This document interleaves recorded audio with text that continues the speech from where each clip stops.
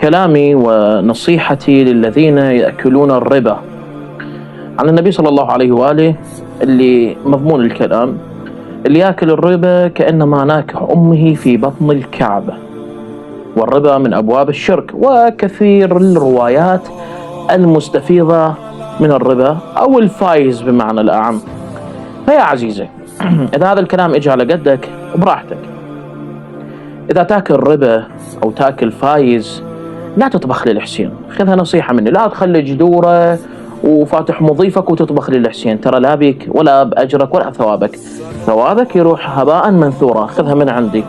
إذا تاكل ربا وتاخذ فايز، مثلا أنت تعطي فلوس، تعطي 100,000 الشخص وتقول له الشهر الجاي رجع لي إياها 150 أو 200، يعني زيادة، هذا الفائز بالأموال. فأرجع وأقول نصيحتي لك: لا تطبخ للحسين، ولا تسوي مجالس، لا تجيب رادود ولا تجيب خطيب ولا تسوي لك تمن وقيمة ولا تفتح موظفك، ترى كل ما بين أجر ثواب. واليوم ايش قد جاي نشوف أهل الربا وأهل الفايز، أنا بعيني أشوف حاط 20 جدر ويطبخ للحسين ومعلق حمزة الزغير، علق قصيدة حمزة الزغير، لو مشغل قصيدة يا حسين بضمايرنا. شوف ضميرك، الحسين موجود بضميرك من تاكل ربا وفايز وتاكل حق الناس وتروح تطبخ للحسين؟ شوف ضميرك.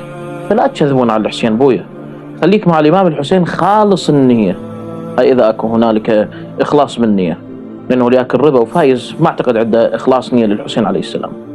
في أمان الله.